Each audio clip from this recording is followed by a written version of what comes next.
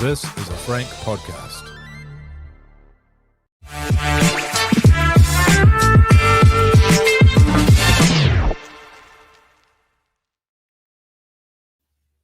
This Warriors Live podcast 2025, episode 35, live for Teamless Tuesday, brought to you by King's Container Crew, the greatest container crew outfit on the planet. Head to kingscontainercrew.com for all your container packing and unpacking solutions, and hit the Work With Us tab if you want to get a job with those guys. Also brought to you by New Zealand TAB and Frank Podcasts, and all three of us here this Tuesday. Welcome to everyone who's tuned in live. Drop in your questions and comments. Boys, how's it going? Yeah, good. All three of us aligned for the first time in a long time. How you been, Fonz? Weeks it's been, boys. Been a long time since you've been in my ear. I was live. Yeah, mate. No, good to see you. Good to see you. Yeah, no, going well. Couple of wins on the trot. Dicey as they were, is sort of, keeps everyone pointed in the right direction. And interested in getting into it. Yeah, where do you start, Will? 2015 over the Knights. Wow, pretty ugly watch until the 80th minute. I'll start with a positive. What I loved about it, it's been a great season, results wise. That was the first time that really got me up and about and screaming, and just that classic Warriors emotion, like, fuck yeah, how good is life kind of thing. Even though it was a dog's breakfast of a game, it really took me back. Everything's been sort of quite clinical, maybe, in a way this year, the wins, as good as they've been. But that was one that really took me back to that raw emotion, I think, of what I love about watching the Warriors. But yeah, for 79 minutes and 55 seconds, geez, it was pretty horrific. Yeah, you're right. It has been a while since we've seen the flamboyance of the past out there like that. It was how they used to play, wasn't it?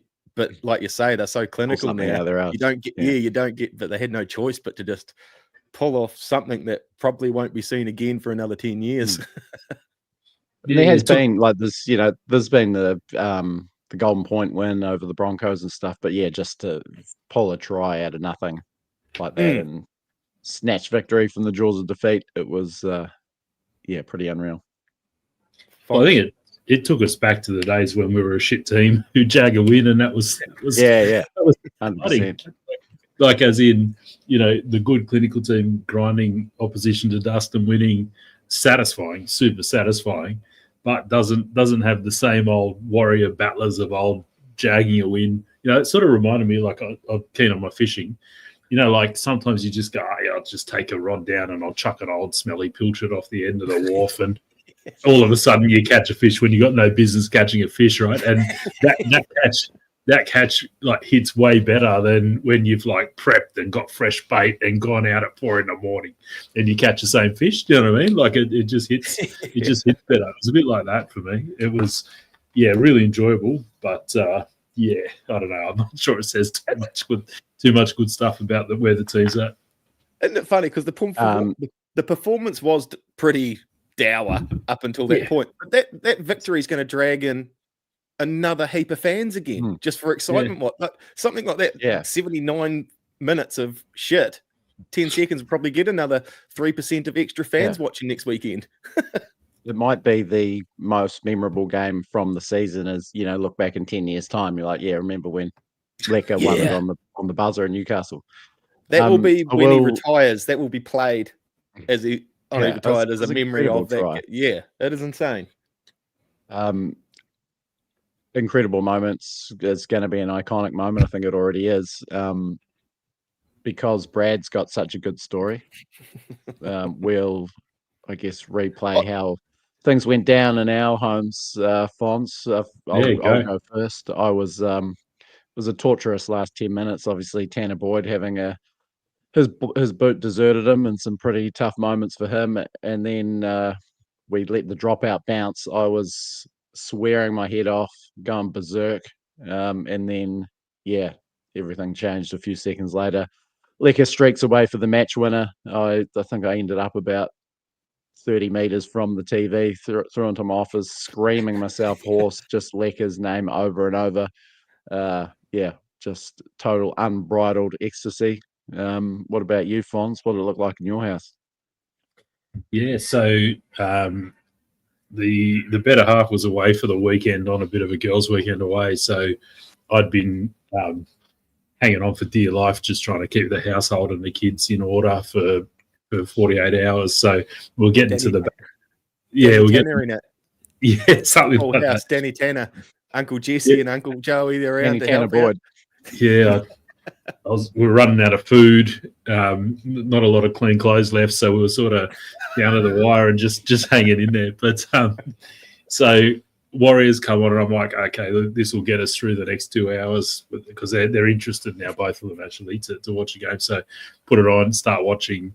Look, we were into it, and I'm doing dry July, so I was drinking non-alcohol beers, and so I was sort of paying attention and all the rest of it. And I remember jumping on Twitter about halfway through, basically saying, like, Webby needs to rip us a new one, but if we just settle into this, we'll win.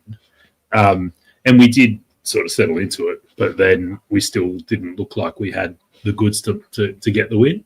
And so I actually, after Boyd missed that kick, I left the room. I just chucked the remote at the couch and left the room. And said, fuck this. And then the boys start going, hey, Dad, they scored. And so I've run back in, rewound the KO and watched that last minute again because I just didn't see it live. I was just filthy. So I watched it, on replay. But to sort of, jumping around, it was cool. Phew, it looks like I'm the only one that saw it live, eh? Brad's got a similar story. Yeah, I was the same because it all started the day before. I went and watched a mate players rugby final. Actually, in that rugby final, Division 3 old boys here, Jeff Lima was playing in the other team. For Demons. Yeah, so it was quite interesting. So we started drinking then. I finished at about 4 a.m. So I was hungover and come 6 o'clock at night. I had a short wick already. I was just tired, grumpy, hungover. And I done the same thing, Fonz. Just packed a sad just before that first missed Tanner Boyd drop kick. I didn't see the penalty from that. So I was out and then just pissing and moaning, and then phone just started popping off. So did you not even see the penalty? I didn't even see the penalty. No, I was done. Shut it down. Turned it off. What did we put on? I think we put on Hyundai Country Calendar on +1 or something. And I just storming around the house. I hate losing in that time slot. There's nothing worse than losing, going to bed at 8 o'clock on a Sunday night, which is bad because you got work anyway, and then with the loss on you. So I was filthy. And then I was having a vape in the glass house, as I do. It's a nice sheltered spot to have a vape before I went to bed. And people were texting me saying, geez, did you see that? So I was half an hour late to the fact. So I got everyone back out in the lounge, got the Chromecast out, tried to pretend I was excited. Yeah, I'm so gutted that I missed that excitement. You're seeing all these videos pop up on social media and that of people just losing it through their lounge. You can only imagine what the noise would be like out on the streets outside a league fan's house on Sunday night. So I'm gutted I didn't get that, but far out. That's going to be there with Sean Johnson's try against Brisbane, isn't it? In Warriors history, do you think? Yeah, I guess so. I mean, that wasn't a buzzer beater, I think, Yeah. But yeah, as far as iconic tries, and I do have a 30 for 30 Warriors buzzer beaters coming up, so brace yourselves for that. There's been some great ones over the years. It's lucky you done that in the weekend, or else this bit of writing of yours would have been for nothing. Like it wouldn't have fit in as well. Yeah, no, that's true. Yeah, Jesus. Funny how things like that work out. Got a few comments on the chain here. And a few questions, so maybe that's a good way to lead into our sort of review of the game. But there's a couple of people, dying to know what we think about Dallin. Tough afternoon for him. Diabolical first half. Pugsy Bojangles reckons he's used his last lifeline in first grade. Dar has been a DWZ defender, but it's getting hard to defend him. Yeah, thoughts? I mean, it's been a tough old year in first grade for Dallin, and that was just about the bottom of the barrel for him. Is he better than Ed Cossey? I don't think so at the moment. I mean, if Ed hadn't had that shocker against the Broncos, I'd be thinking about bringing Ed up on form. That's how bad Dallin was on the weekend. There's no one there. No. What are you going to do? You're going to play Tane on the wing and put maybe do that. Yeah, I would put. I would I play would. Tane on the wing, and when Chance comes back, that is how bad Dallin has been. Honestly, he's been horrific. He was just Yeah, left and standing in the background of so many shots in the weekend, just standing there watching the play running away from him. Like he's jamming in, but not even making the tackle on the jamming because I don't know. His immunity must be running out. Must be. I don't know. You're right, Fonz, though. There's no one else there. But Sio Kali looks way too green to come up, although he's creating a bit of a highlight reel. Yeah. I think it was the two probably that what wound me up more than anything. Drops the ball, third tackle of the game. Yep. And doesn't play the ball properly after Tane and Lecker have come up with incredible try savers to save the Warriors bacon. Lazy, not playing the ball properly, turn the ball over, try time. It's just, it's not good enough. If it was anyone else, you'd be canning them to reserve grade. Yeah, I'm not going to defend him. That was horrible. I just reckon he's a senior player and he's not going to get dropped off that. I don't think. I don't think he will. No. I don't think he will either. And I'll probably say I don't think he should get dropped off that because I reckon the ceiling of the team is higher if Dal recovers form. He's had a broken year with injuries and time off and so on. And I just think at the moment we just got to be hoping he comes good. But I'm with you. Like he's not been good since he's come back this later stint. He's been poor. Yeah. It was okay. He was pretty good against the Tigers, actually. I thought he went well. Yeah. He was running hard. There's just something off, and when the defensive misreads and the errors come into it, it's like if you don't want to carry that into September. So good point, Fonz. Hopefully he turns it around because he can be good, really good. But he's just that like we don't have an out and out finisher on. Even Rog isn't that finisher on the wing, So no. if we ever like, there's not another player in the squad who can turn half a meter into a try the way.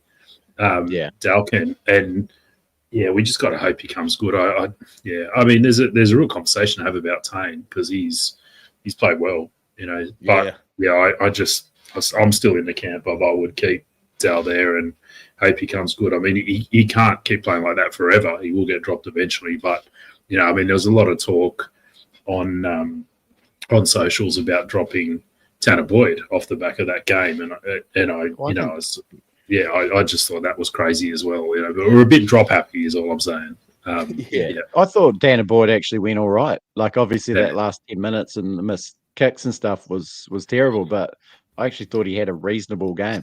Other than that, his kicking and general play was pretty sound. Both Chanel were quiet. I mean, Chanel was poor. As well. I sort of tend to agree when I think about him, but. So why were we so crap? Like we were crap on the weekend. We played shit, right? So what was it? If it wasn't the halves, because we reckon Tanner and Chanel were okay, if not remarkable, until we got to that back end. Was it the forwards? I don't. Well, it's all this. It seemed like it was a real even arm wrestle in the forwards, and we got torched in the outside backs in the first half. It was particularly down our right side. Six line breaks to 3. The Force didn't seem to have any visual. They didn't have the visual punch of when they are rolling forward nice and easy, did they? It was quite a. Geez, they were down and dirty bad. Like Halasima, what did he end up with? 80-something meters. So 40 of that come from his try alone. So he had only had 40 up until that point. So I don't know. It was only really Roger and Aaron Clark that were making sort of big inroads, I think, all day. And Wade Egan as well was pretty good out of dummy half, but it just lacked a bit of punch. I don't know if that was a halves game too. Like it was pretty tough. It's a tough game to shine in the way they were with what they were getting. It was pretty aimless. All those on the inside their 20 in that first half. That attack was pretty not much going on. I thought, like Tanner's kicking game was pretty decent. I thought he was putting it on the spot for Dallin and just couldn't come up with any of those catches. But true, they did lack a bit of sort of creativity, I thought, compared to against the Tigers where they looked really slick. But I thought also credit to the Knights, they were up for it. They seem, played like a team that had been getting panned in the media all week or for the last month, and they turned up. Just finish like a team that are making a habit of finding new ways to lose. Like, isn't that the difference in that? We seem to find ways to win, and then they can just find a way to lose. How did that last minute 30 take 10 minutes? It was like, it must have just, it was a mess, wasn't it? Really? Well, yeah. Like, I just I don't mean 10, it didn't last 10 minutes, but it was so elongated, that last minute and a half, from that charge down or whatever it was, the marker offside, to the actual finish of the game. Because they had to challenge it to get the exactly. It dragged the penalty kick and stoppages and stuff. But that try, I just wanted to talk about it. Halasima has to reach behind him, drag it in, then take off. His acceleration is amazing. Left Bradman Best in his dust. Then the move he put on Gagai. I mean, it was just an incredible. Like, it's a great try when you're up by 50. To do it at that moment was, can't get over it. Everyone's been watching it 100 times. It's so good. Oh, yeah, he's a absolute specimen. Sam and Tom reckons Taines earned a spot in the starting lineup. I mean, it did get manhandled a bit on the weekend and didn't sort of feature too much. But just his try savers at the back, that was pretty special. A scramble in general. Squeeze them in. I reckon we're lacking a bit of leadership at the moment, because I reckon what happened there was we come out and we were on top early, and I think I got the sense in the first 10 minutes we're going to win this by 50, right? Like, as in we were on top. They just weren't offering a lot, and if we just stayed tight, played through the middle, earned the right to attack, we were going to win this and win this easy. But I feel like the team felt that too, and just dropped off. They started taking the easy route. They started going wide too early, going wide off slow play the balls, all that sort of stuff, and basically played down to the opposition. That's what I think happened. And then in the second half, Webby gave us a rocket, and we sort of tightened up a bit. But then what showed in the last 15 minutes was that actually, we probably do lack that ability to, especially with Metcalf out and so on, to really pull the punch and win. Like we sort of fumbled and stumbled and bumbled our way through that last 15 minutes until Lecker pulled one out of the fire. But I think that's that. Like, if I look at that, I reckon we were clearly a better side, but we didn't play like the better side for most of the game. And I think that's a leadership thing. I reckon there was, like, the halves and the captains basically weren't able to keep us in line, play into the system properly. Then you throw in some out of character errors from some senior players and that sort of thing, and that's where we get to. But it wasn't a performance of a top 4 team, let's be honest. Right. But on the other hand, it keeps us in the top 4. So and and the I was sort of mentioning in the match report, Bulldogs only just got over the Dragons. Melbourne went down to Manly. It is that sort of comp. It's that time of the year. And if you can get those wins there, they end up being pretty valuable. As much as we need to be playing a hell of a lot better. A couple of people mentioning the Egan no try and Gagai's try. I could maybe see the Egan one, but I thought it was a bit rough. Could not handle the Newcastle try. Just I agree. Everything about it looked wrong. He's planking on the ground, stationary, flicks it up. I mean, even Gagai's reaction. He knew it wasn't. He knew he got away with it. I thought the Egan try was a try, but I could live with it. But I thought the Gagai try was a no try, and I couldn't live with the 2 calls happening. Within 15 minutes of each other, whatever it was. Given they sort of have similar elements of having momentum stopped, but we got dudded at both ends for the opposite reasons, kind of thing. Yeah, and another little wee one like that. I would have liked to have seen a couple more angles of Taines' pass just before half time for Dallon's no try. might have been close, but it wasn't. We didn't get a. They didn't really have a look at that because they went straight to half time. But that looked tough. That call as well. Can I just ask you, Francis? Sorry, for Ryan said I think having Capewell at centre is the right move. He had his hands full with Bradman Best, and probably not the happiest afternoon. Certainly first half defensively. But Berry, I guess, indefinitely out, is he? Or at least for a few weeks. Tower knocking on the door. What are you doing? Are you keeping Capewell there? It seems like a bit of too much of a stopgap for me. Well, like what happened to that right edge in the second 20 minutes of the first half is a bit of a mystery to me as well. So does anyone know what happened to Capes? Did he get taken off because he was injured? Because I'm wondering, did he was come he? Off? Did he? He came off. Yeah. Pompey went over to the right side. Okay, I must say there was a whole reshuffle. Yeah. Anyone in the comments? Is there any? Is there any intel on what happened to Capes? Because I thought he actually the first two times the Knights went left, and the Knights are very left heavy. The first two times they went left, I thought Capes did a fantastic job rounding Best up, and then suddenly it was all at sea. Right, you got Tanner Boyd who's a bit slow laterally. Then Capes suddenly seemed a bit slow. Dowell, fuck knows. So the whole right edge was just completely at sea, right? And they was just coming out, and oh my gosh, the fullbacks bobbed up in the line. Who could have thought of that? And it was just like, so it just seemed they were stripping us with very basic shape off nothing in particular through the middle. Yeah, okay. So Ruben Irvine there's just commented he looked to be limping. I think what happened is that Capes took a knock, and I didn't see when that happened. And I think from that point on, he wasn't moving laterally properly, and that's when the right edge went to shit. And then Webby subbed him off and moved Pompey that way because he knew Newcastle were going to go right heavy and keep going back there. And I think that's what sorted it out. So that's my theory. Yeah, it was Tamati in the because it was when Tane came back on from the HIA, and then I've got a feeling it was earlier than that. But yeah, when Tamari was playing. It looks about the right time. It's 19 minutes to go. So do you mean when he came off, or when he got injured? Yeah.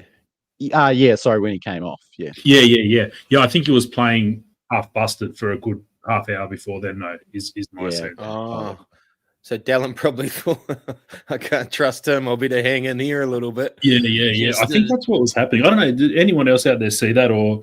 Because it was, I just couldn't understand how from the first sort of 15 minutes where I thought that right edge looked good, it just went to completely at sea. And then next minute, Capewell's off. And at first I'm like, has he been hooked because he's not handling it? But I think he was busted. And if he was busted, then that explains a lot, right? So, Yeah. Huh. So, it might not be as bad as it looked. Well, would you like I said. Or what would you do going forward? Shift him in? He's done a job every time we've asked him to be centre, except for that period on the weekend. So to me, the most logical thing, he was injured on the weekend, and that's what made him play crap. And in that case, I think he remains a centre option. But, so that's why I'm curious, what is that injury? Is it going to put him out this weekend? And what are we going to do this weekend? Is Ali Leotoa back and ready to roll? He's played 2 weeks now for New South Wales. He was playing fullback in New South Wales Cup, as Matthew Brown has reminded us. But so that's kind of unusual. He had a couple of try assists, not too much in the running point of view. But I think he played some fullback, and I don't know if he did slot in at centre or not. It's kind of unusual. What is the option there? Well, that fullback will be Webby. But just a comment, like when you've got a player and you want to, especially a back, and you want to teach him about awareness, field position, game tempo, but also get his motor up, throw him at fullback. You're going to run 12 kilometres a game instead of 6 or 7.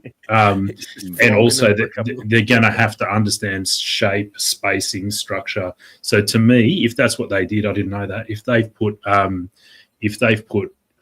Ali at fullback, I reckon that's how they're trying to accelerate his work on, in terms of fitness and stuff. Yeah, right. Kane Gray's saying he was playing some 6, and that kind of looked like it from the highlights, and because Geronimo Doyle was picked it or started at 6 and ended up with a lot more running meters. So I think maybe they switched around at some point. That does make sense. He dished a couple of lovely balls for tries. Yeah, he's silky still.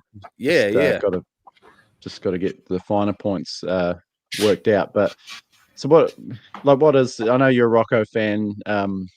Fonz, Brad and I kind of off him. He can't finish a game is probably his biggest problem at the moment, and he's out injured again. I mean, say we get to round 24, 25, everyone's fit and available.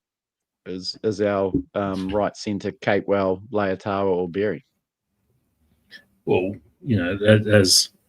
as a lot of blokes say on a Friday night, the best ability is availability, and like if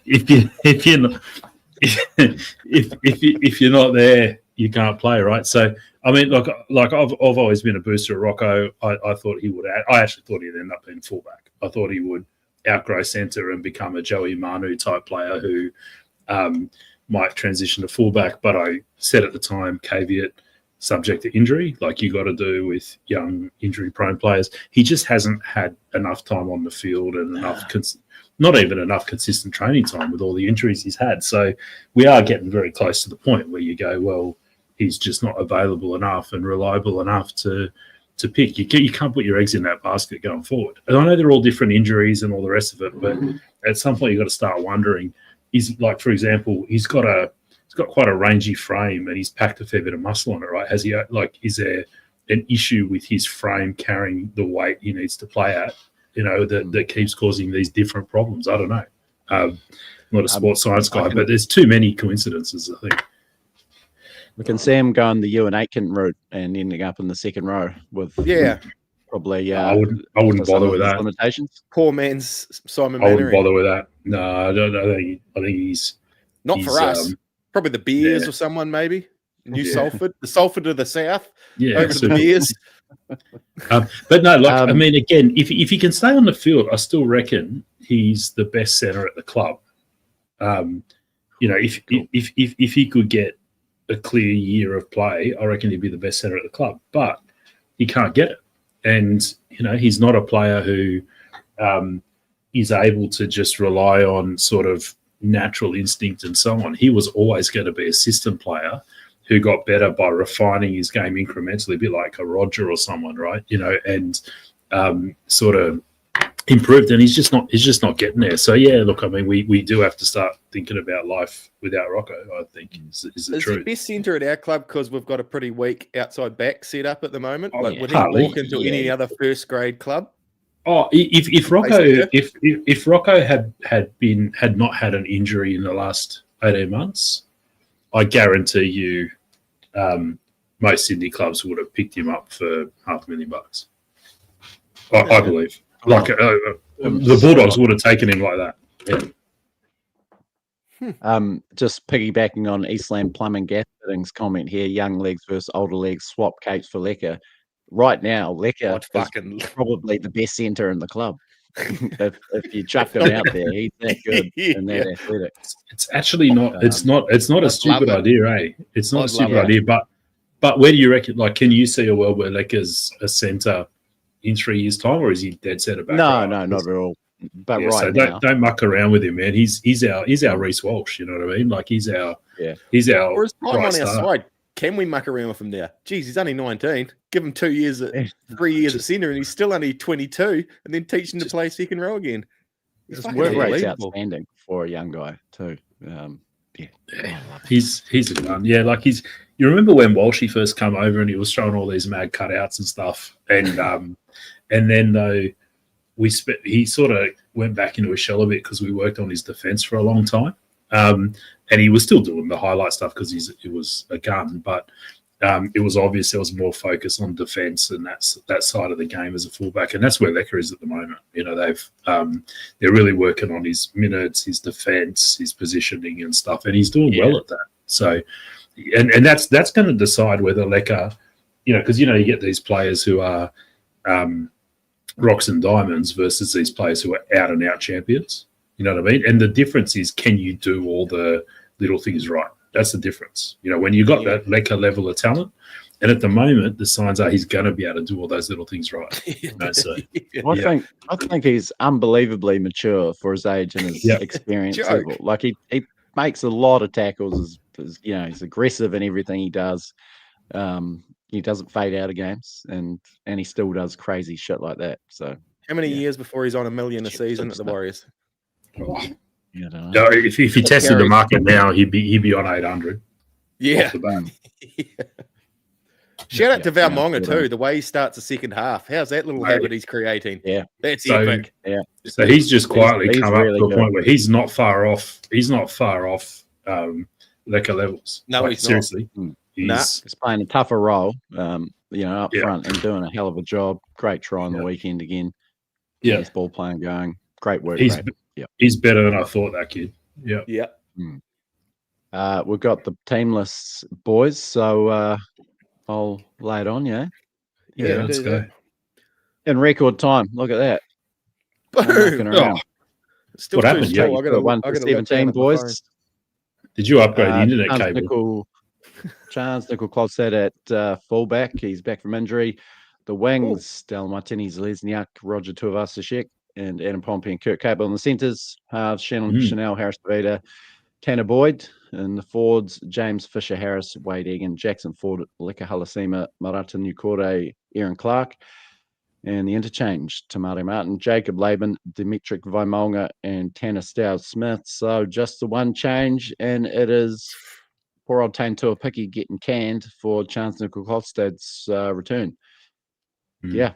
He's 18th man. Tane reserves also including Sam Healy, Bunty Afoa, Ali Leatawa. Get some potential inclusion as well. And Eddie Idamia Taiava, who was actually a centre option we haven't discussed, although more playing as a second rower, but has played trial footy in the centres for the Warriors and looked really good. So, yeah. John Parker's already having a crack. Has Webby not chosen the most conservative possible team even once this year? What does conservative mean, though? Tell me, what does that mean? Does that mean defense and effort oriented? Defensively minded, I guess. Yeah. No, Webby will pick the defense and effort minded team every time. That's his coaching philosophy. And he plays the numbers. And in 2023 and 2025, that's taken a team that had no business being top four to the top four, right? So people who want to have a go at his philosophy around that, I understand it, but the results are there. They're on the board. I still think long term. I still think long term, Capewell at centre is. Yeah, I'd be looking for Leatawa to come in there. I just don't think it gets you very far in September, but you do need a little bit more strike for me. I hate that 3/4 line, to be honest. I hate it. Roger is great. He's been fantastic. He's doing a mountain of work. He's finishing his opportunity. He was our best player on the weekend, I reckon. Yeah, Roger. he is awesome again. He's brilliant. But put the rest of it in the bin. You give Pompey a rap because he's not cocking up. Yeah, because he wasn't shit. 3/4 line's not good enough. Yeah, exactly. I don't think it is good enough. And he was pretty good on the weekend, but you look across the NRL and we're so far behind in that department. Everywhere else we're really good and really, I think maybe not so much a halfback right now with Metcalf out, but that's still the area where we're well behind the other teams that are in the hunt. Would you have? I'd love to see Tane swapping with Tamati. I know probably better for the team, and that's Webby playing the numbers again. He can cover that much more, but Taupiki looks like his only chance is going to be utility unless he's it's hooker cover. That's that's it. Yeah, and Martin's been playing great. I liked Martin at centre the other week, to be honest. I didn't mind, and he did a little job at fullback, and yeah. I mean, I think he's done everything he could. Tamati, I still feel like he's slightly limited, but geez, you got to feel sorry for Tane, but maybe he's done another opportunity at some point. I mean, if you look at that, there was a question earlier, like, should Healy get a run on the bench? I mean, again, so given where we are Lecker and Murata, you probably do need a back rower on the bench. So that's Laban there, given Kate Wells in the centres. You got your two props, Vaimalga and Stowe Smith, neither of which are up to big minutes just yet. And then you look at the weekend where we had an injury in the backs, and Tamara is a way better, cover for any backline position, obviously, than Healy would be. And we don't need forward cover because we're carrying 3 forwards on the bench anyway. So just one of these things where the makeup of the 17 just doesn't lend itself to Healy. But that does mean that Wado's playing 80 unless he gets injured or really gassed, because there's a big difference between Wado and Temare. And don't get me wrong, like in terms of hooker rotation, Wado and Healy would be a point of difference and an attacking threat for the team. But in terms of overall team balance, injury cover, and all the rest of it, I think it's a right call. He's a one-dimensional utility, Healy. Like, he's to come on and provide some dummy half spark. But Egan is, I think, he's kind of shown that he can get through 80 almost every week now and still be, still be as good as he is in the first. If Martin needs to play 10 minutes at hooker, it's not the end of the world. He's been so consistent. He hasn't done one thing wrong this year. He fills the gap. We're just wanting to see more spark and a bit more flair, which at the moment this team doesn't really produce that often. And Healy and Taupiki are where you look for maybe a pace change or something different off the bench. When you look at the Titans team, the Titans are the most underperforming team in the comp, in my opinion, this year. I mean, they're running last, but, in terms of how talented that roster is and what could have been, they could have been a top 6 team, I think. Tino's not there. Yeah, I had them in the finals at the start of the year, above us. Yeah. I thought they would, I mean, they've got a terrible coach who's probably not helping things. But why is Tino and Fafita out? That's some big outs. Although that is a huge out. He just highlights exactly what you just said, Fons. Why is he so shit all of a sudden? And out of it. Alafoiana Camperera left out. I'm not quite sure what's going on there, and he's one of my favourite players. Yeah, I don't know. He's so good. They must have Desi's a lunatic up there at the moment, though. Yeah, but he's been left out of this team. They've got.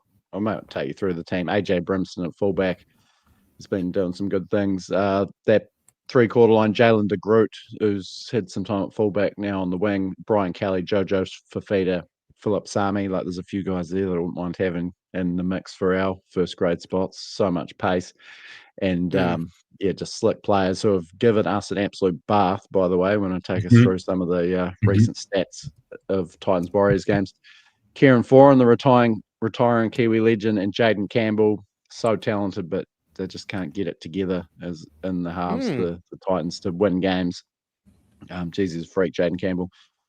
Fodawaker, Sam Verrills, Jamin Jolliffe, Chris Randall, Bo Former, and Cleese Haas, who's come in for Big Tino, and an interchange of Jacob Alec Wenke, Regan Campbell Gillard, Isaac Fa'asumala-Aoi, and Josh Paxton. Yeah, they're running low on troops, the Titans, and running short on wins, running short on a sane coach. By the look of it. Did you watch that? He gives them a make up for the game. That's the main issue. Yeah, the coaching's not great. But you look at that. There's a couple of Origin players in the pack. There's some very fast players in the back line. I mean, and I've actually watched. We've all watched Tanner Boyd steer basically that team around and beat us a couple of times in the last few years. So, reading that scares me. That haunts me still of some of the previous results. There's a lot of people involved there that gave us an absolute lesson previously. Jamin Jolliffe rolls off the tongue too easy. His name annoys me. It's too nice to say. So therefore, I'm not a supporter. I think he's changed it. I watched Regan Campbell Gallard in the weekend. Some of the laziest forward play I've ever seen in my life in the weekend. He is not even trying anymore, that dude. He is out the back door. He's up there for a holiday. Horrendous. There's a bit of outrage in the comments. Oh, sorry, you go. Outrage. Who are they getting stuck into? Oh, just that Tane being dropped. There's quite a lot of outrage in the comments about Tane being dropped. I get it. I do get it. I think that's fair. They we're never going to drop Dallin this week. No. So yeah, I think it was always going to happen with Chance coming back. I mean, there was that option, although I think Wedge has shown his hand that he's not going to put Chance in the centres and leave Tane at fullback, which has worked really well when they have done it at Cronulla last round last year. Was sort of my preferred pre-season option, but Chance has been very good. So yeah, I guess it's about picking your best in those key positions and fitting everyone else in. Boys, this is going to freak you out, Brad, but the Titans have won 5 of their last 6 against the Warriors, despite being a generally terrible team over that period. Don't need to remind you about last year, 27-24 on Anzac Day, Tanner Boyd having a blinder, Dallin jamming like there's no tomorrow, as we coughed up an early 12-0 lead. Horrendous performance, and then of course the 66-6 loss on the Gold Coast later in the year, which was just diabolical, obviously. So they do have the wood on us. Overall count since 2007 is 20-14 in our favour, and geez, they can't lose this one. Surely, there's a lot of outs. Tino is a huge out. We're playing. Soul of that team. We're playing poor, mate. We can lose this. Yeah, I like it. Yeah, they can. Yeah, don't kid yourself. The thing that gives me the most confidence is Tanner Boyd's in our team this time. So, get us over the line. He's had some good days at Mount Smart as a Titan. The Golden Point field goal in 2022, and he had a blinder in that game on Anzac Day last year. This is pretty straightforward, right? Like they got some quicker backs and, probably a little bit more dynamism, let's say, in parts of their squad. But we should win the middle, win the kicking game, so it's just a classic. We should be able to grind them into dust. So do they turn up, right, and grind them into dust and get points on the board and win? Or do they do what happened on the weekend, which is turn up, realize we're on top, and basically drop intensity and let a worse team get up? Because unlike Newcastle, there's enough strike in this team that if we just decide we're going to play happy lazy days, and they can put 18 points on in 15 minutes. This team, like they really can. So I just hope we've learned that lesson and we tighten up, and we should win this, and we should win this by 13 plus. Really. But to do that, we've got to hold the system together. Where has been the weak point in the Gold Coast team lately? What's losing them? Is there defense shit, or is it just a general effort thing? In a hole, plenty of points. They are more points than any team per game in the NRL. You look at the lineup and it scares you because you've seen what Jaden Campbell and Brimson have done to us in the past. Brian Kelly, but without Tina, it looks very thin through the middle there. Without Tino, Fodawaker's obviously a class player, but surely we should steamroll them, and those electric players in the Titans' backs don't get that opportunity. That's the ideal scenario, and then we just pulverize them into the ground. Yes, I agree with that. Yeah, no, that sounds mean, bro. Yeah. Glad you're on board, Brad. I'll take you to what's the odds? Yeah. Can I guess? I haven't seen them. Yeah. Okay. Yeah, Brad, you have a guess? I reckon New Zealand. We're $1. We'll be stupid. Probably $1.50 to $3.40. Well, you don't know how head-to-head odds work, Brad.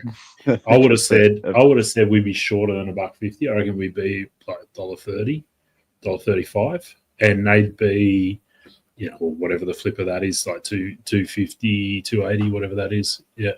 Yeah, so it's $1.28. The Warriors, you're just about on it there, Fonz, and Titans $3.75, which is the flip of $1.28. Oh, is that how? Is it actually done like that? If you're $1.50, Brad, you're around $2.50 as an outsider. I didn't know that was a thing. I didn't know. Yeah, sorry. Yeah. I didn't know that was a thing. The points start 10.5 points. Jeez, that's pretty good. I think it's I'm either going to taking be a that. horrific watch or we're going to blow them off the planet. So 10.5, I'll be all over that. I'm taking that. Warriors. Yeah. Shit, yeah. Yeah. I'll probably. I agree with you. If I was putting a light on this, probably 15.5, 16 thereabouts. That's probably where I'm surprised that we're not shorter actually, and I think people might load up and we might see the Warriors come right into about $1.20 by the end of the week. That's my prediction. Yeah. Yeah. I really think we should put the cleaners through them after that. Tricky afternoon in Newcastle, bit of a bogey venue. I think they'll be switched on. High off the win. Yeah. And Titans, nothing to play for. They're obviously the coach and players don't seem to be on the greatest terms. And I'm not sure if Desi's dressing room meltdown would have had the desired effect or not. Stevie Boys also mentioned Aaron Clark playing against his former club, played 90-odd games for the Titans. Came over here and has made every post a winner. So, big he'll be up for afternoon for him. Yeah. And if he's up for it, he'll drag 3 or 4 of our boys along with him. Yeah, he did get good meters in the weekend gone, but he wasn't as apparent on the field to me, Aaron Clark. And I don't know why. I don't know. Maybe it was because the Brewers flew and I was just dog on everyone. But yeah. No, he caught my eye. I was happy with him, and the numbers seem to back it up. Yeah. Good comment. Ball playing going. Good comment from Matthew Wood here. I think that's a fair point. That leadership. I was listening to Gus Gould talk about what a fullback does on his podcast earlier this week or last week. I can't remember when it was. My life's a bit of a blur these days. But he was talking about how a fullback these days is literally the person counting the numbers and yelling at the team, and it's very much a leadership role, right? And I'm not saying Tane's not a good leader, but he's chances are different seniority, different experience level, all of that. And I do think that that's an important part of what Chance brings, So I think that's right. I think that will help this week. Good call. Nice he'll help us grind the Titans down with his big, early and middle of the set carries, and he's mechanical, Chance in there. Doesn't stop. Just mechanical, that dude. He gets the yardage. He makes. Tane defended unbelievably well in some of his cover tackles on the weekend. So don't get me wrong, but he makes his tackles. Chance. He makes the yardage, and I reckon he holds. He does that spine role of holding the team together. The communication coming from him back there as well, I bet you, is far greater than what Tane's delivering, just with his experience. I'm just scrolling through the comments too. Can I just flag one? Where is it gone? There's a dude, infamous Rizza.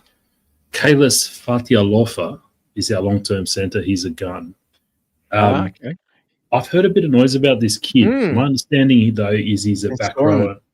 He's not a centre. He's a back rower, is my understanding. But there is a bit of hype around this kid, and just thought it's worth a flag because I think again I watch cut when I can. I pay attention to junior grades when I can. But to be honest, there's a few people on like NZ Warriors Forum and elsewhere who pay closer attention and who I know are good, sort of assessors of this, and a bit of noise around this kid, so worth flagging. I think he's coming up to first grade soon. Even if he is a second rower, the way the production line's coming for second rowers, maybe we do need to turn some of these into centres. Or middles, at least for the short term. There's so he's cemented a spot this year in the second row for New South Wales Cup. 11 tries in 18 games, 10 line breaks, 12 offloads. Yeah, looks good. 91 meters a game. So he is just doing the sums. 20 years old. 20. So he's actually older than Lecker. It's crazy. Yeah. One to look forward to in the future. A year older than Lecker. But given we have a logjam at edge back row, maybe that is a thing. Anyway, but it's worth flagging that kid. So, Sim, we got 5 minutes before we need to move. Let me ask you, what are you doing with Tamara Martin? He's off contract in 6 months, 4 months. What are you doing? I'll be letting him go. I mean, I probably would be. If he was already signed for another year, I'd be like, sweet, we've got him for another year. But I don't think he offers, so much that offering him another contract, to be honest, unless it's just a 1 year one. But I think we've got enough guys that can fulfill that sort of role. Or bring on a Healy at the start of the year. We didn't even have a bench utility, so I don't see him as essential moving forward.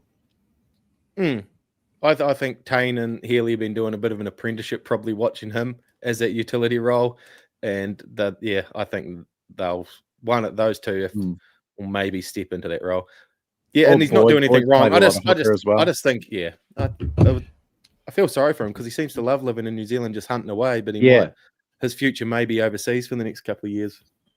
And I think he's been a great buy for us, and he's a great story coming back from that brain bleed to the Broncos and now to here, and he's had some memorable moments for us. But he's going to be 30 in October. But he may take unders to stay just for the fact he loves staying in New Zealand, and I'd happily keep him 100%. If he's prepared to take a bit of a cut and help out what's coming through. Yeah, I'd happily have him. What would he be on now, do you reckon, Fonz? No idea, mate. Like he come from Brisbane, he wanted to move back. His star was pretty high when he came back. I would have said, I don't know, 400 or 500 when he came back. Us. With us, yeah. And so you're probably looking at it going, he's probably going to be a 14 or an 18, 19, 20. In terms of his squad. So that's probably 300k a roll. So if he wants to hang around on 300, 350 for a couple of years, I'd be happy with that. Well, your squad's stronger with him in it. No shit.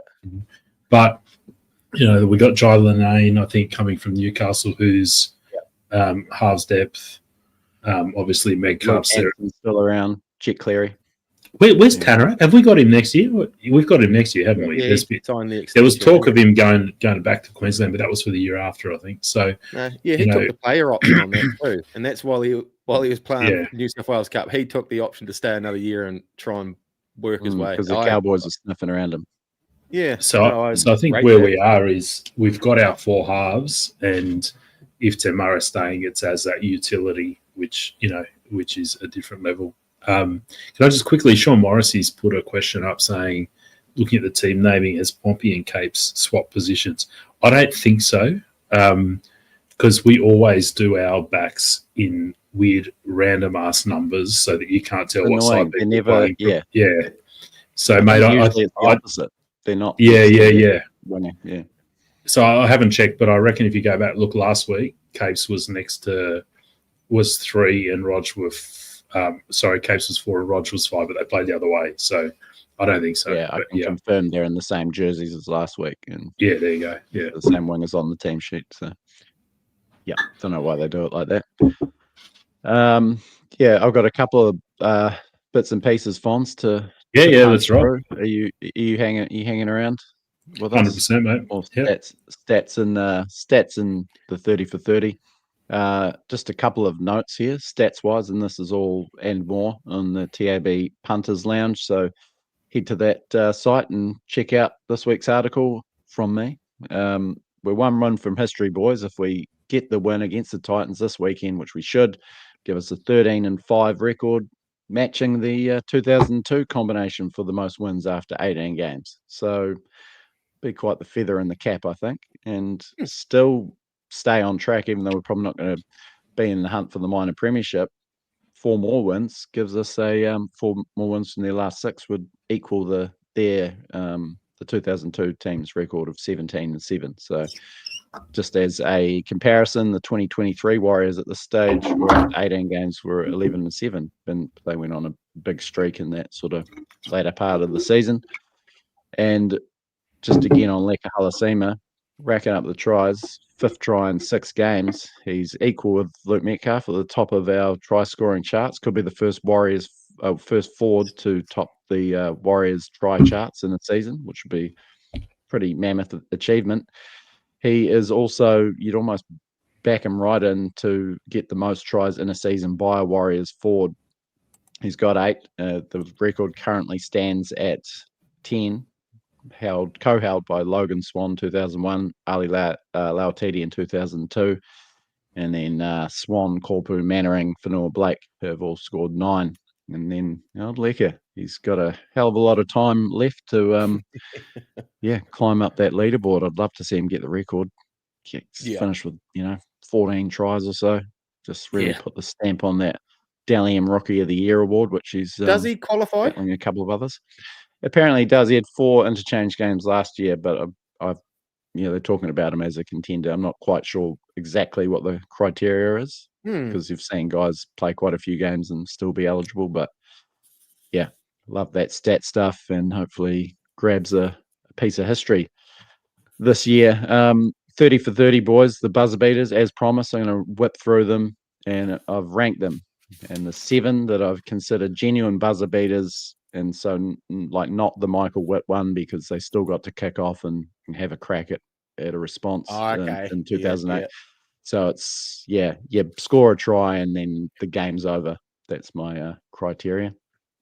So coming in at number 7, Francis Malley against the Knights in 2005. We were down 20-0, an incredible comeback, and won 30-26 with a Francis Malley try. I think there was a minute to go, and the conversion took us through to full time. Number 6, Tony Tatupu against Storm in 98. That was a crazy game, and you probably remember the helter-skelter bombs and basketball passes, and Tatupu scores it at the death, probably the first great buzzer beater in Warriors history. And that was a game ender, 24-21 that ended up. Number 5, a personal favourite, Todd Byrne, latching onto a Michael Witt kick on the last play of the game against South Sydney. I think got us an 18-16 win, 2007 that was. Mm-hmm. Number 4 didn't get us the win because Stacey shanked the conversion, but Clinton Torpey against the Bulldogs in 2001, that crazy comeback from, 24-6 down with 6 minutes to go, 3 tries. The last of it was absolute beauty, actually. Long range try, Justin Morgan stepping through the line, Torpey streaking away. I think he was fullback that day. And 30 all with that try. That was the last play of the game, but Stacey missed the conversion. Number 3, it pained me to bump this down to number 3, but Sean Johnson against the Sharks, 2015, totally iconic.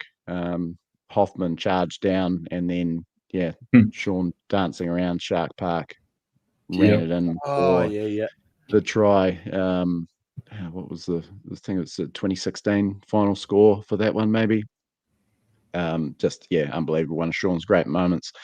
I've put Lecker at number 2. Just the circumstances, the way that he recency bias, mate. Come on. There was no play the ball coming after that. It was, he grabbed the ball with 5 seconds to go. It was him or nothing. And what a moment, what a try. I think it will stand up for decades to come. And number 1, you'll never bump this off my top spot. Kevin Locke in Christchurch, 2010. In the hail, you were there, Brad. I was there. About 2 degrees, pissing down to complete a hat trick. And last play of the game, towed it ahead again, bent himself around the goalpost and got the win over the Roosters. So that's our 7 great buzzer beaters. If I've missed one, let me know. But I think those are the those all fit in the canon of Warriors buzzer beaters. What do you reckon, boys? I pissed myself. I thought when that very first one, which was against the Knights, I was going to piss myself if all 7 of them happened against the Knights. Imagine we were that team. Just how funny! Like, we've seen all the social media vids of the Warriors going ape shit, but some of those Newcastle lounges where they're thinking they're going to win again. United. That's a ripper. Night podcast. Yeah, he does his live reaction pod. Poor bugger. Yeah, we've been there. We've been there plenty of times. I can come up with a 30 for 30 times when we've been beaten on the bell, and it's just as ugly as it is for all those other teams. So yeah, goes around, comes around. Oh shit! What do you reckon? Is it dinner time? I'm starving, man. Yeah, dinner time. Yeah. We've really we've crammed in a whole hour here, boys. Good shift. Yeah, good for a effort. Teamless Yeah. Tuesday. Thanks very much. I got to You're jump, right. boys. It's only For my 4:30 here. I got to get on the next bloody work call, so I gotta go. Yeah, sweet. Wait, as mate. Oh, CC me in, jump mate. out, Just Pons. CC me in. Yeah. I'll just leave you. I'll just leave you on the channel, mate, and run 2 windows. Right. Thanks for joining us. Good to have you back on Teamless Tuesday, Fons. Great to be back, Brad, boys. thank you, mate. Yeah, Pons. King's Container Crew, TAB, Frank Podcast, everyone that's tuned in live and commented and asked some questions. Legends. Patreon supporters, of course. Everyone watching, listening to this after the fact. Love yous all. Catch you next time. Until then, here's to feeling good all the time. This is a Frank Podcast.